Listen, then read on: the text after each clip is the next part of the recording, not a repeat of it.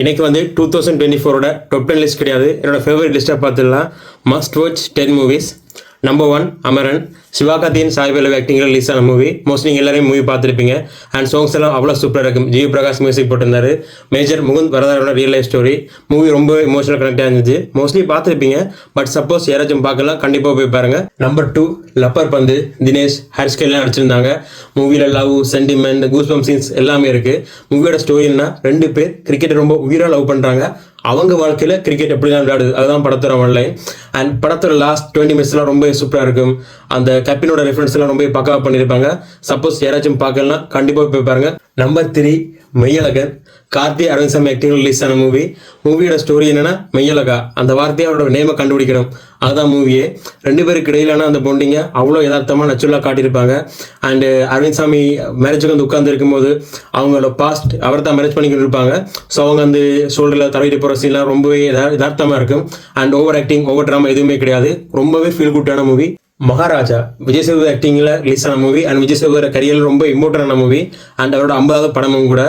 And அவங்க மூவியில் வச்ச ட்விஸ்ட் எல்லாமே வேறு லெவல். அப்போ லாஸ்ட்டில் கிளைமேக்ஸ் வச்செல்லாம் ரொம்ப சூப்பராக இருந்துச்சு. அண்ட் ஸ்க்ரீன் பிளே லாஸ்ட்டில் அந்த பொண்ணோட கால் தரத்தில் அவங்க அப்போட ரத்தம் வர சீன்லாம் ரொம்ப நல்லா இருக்கும். அண்ட் இப்போ ரீசெண்டாக சைனாவில் கூட 40,000 ஸ்க்ரீன்ஸில் மூவி ரிலீஸ் ஆச்சு. ஸோ விஜய் சேதுபதி கரியரோட பீக் பர்ஃபார்மன்ஸ். Goat life. இந்தியாவிலேருந்து டிசைனில் கிளம்பி போய் அரப் கண்ட்ரீஸில் அவங்க போகிற ஸ்ட்ரகிள்ஸ்லாம் மூவியில் சொல்லியிருந்தாங்க. And based on true story. And already ஒரு புக் கூட வந்திருக்கு, பிருத்திராஜோட ஆக்டிங். அண்ட் 14-15 வருஷமாக அந்த மூவிக்காக அந்த டீம் பட்ட ஹார்ட் ஒர்க். ஸோ அதுக்காக மூவி பார்க்கலாம். Really virtual time. அதுவும் முகம். கண்டிப்பாக மூவி பார்த்தவங்க எல்லாருமே பார்ட் 2 தான் வெயிட் பண்ணிட்டு இருப்பாங்க. எந்த ட்விஸ்ட்டும் முன்னாடியே ப்ரெடிக்ட் பண்ண முடியாது. அப்படி ப்ரெடிக்ட் பண்ணிட்டீங்கன்னா ரொம்ப பெரிய விஷயம். அண்ட் ஹீரோவை ஸ்டார்டிங்லேருந்தே ஏமாலியாக ஜோக்கர் மாதிரி காமிச்சிட்டு அண்ட் லாஸ்ட்டில் அவரோட கிளைமேக்ஸில் ஹீரோட டிரான்ஸ்ஃபர்மேஷன்லாம் வேறு லெவலில் இருக்கும். ஸோ கண்டிப்பாக படம் பாருங்க. லக்கி பாஸ்கர் ஒரு மிடில் கிளாஸ் ஃபேமிலி மேன் தன்னோட குடும்பத்துக்காக எந்த ரிஸ்க்கும் எடுப்பான், எந்த எல்லைக்கும் போகன்றதை ரொம்ப நீட்டாக சொல்லியிருந்தாங்க. ஸோ அவர் ஒரு பேங்க்ல ஒர்க் பண்ணிட்டு இருப்பாரு. அவருக்கு ஒரு ஜாக்பாட் அடிக்குது, அதாவது டீல் கிடைக்குது. அந்த டீலை யூஸ் பண்ணி அவர் என்னென்ன பண்ணுறதா படத்தோட மிச்ச ஸ்டோரியே. அண்ட் கரெக்டர் நிலைமைலாம் செம்மையாக இருக்கும். அண்ட் படத்தில் ரொம்ப பெரிய ப்ளஸ் அந்த படத்தோட ரைட்டிங், பீக் ரைட்டிங்.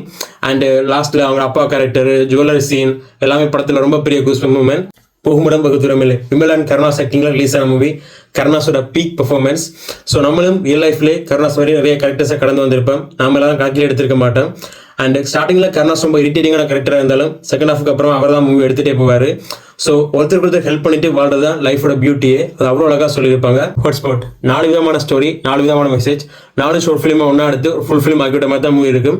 மூவியோட ரொம்ப பெரிய ப்ளஸ் என்னன்னா, சாதாரண மக்களுக்கும் புரிய மாதிரி ரொம்ப எளிமையாக ஸ்க்ரீன் பிளே பண்ணியிருப்பாங்க. அண்ட் மூவி பார்க்கலாம் பரவாயில்லையே, ஃபுல் மூவி பார்க்கலாலும் கோட் ஸ்டோரி மட்டும் பாருங்க.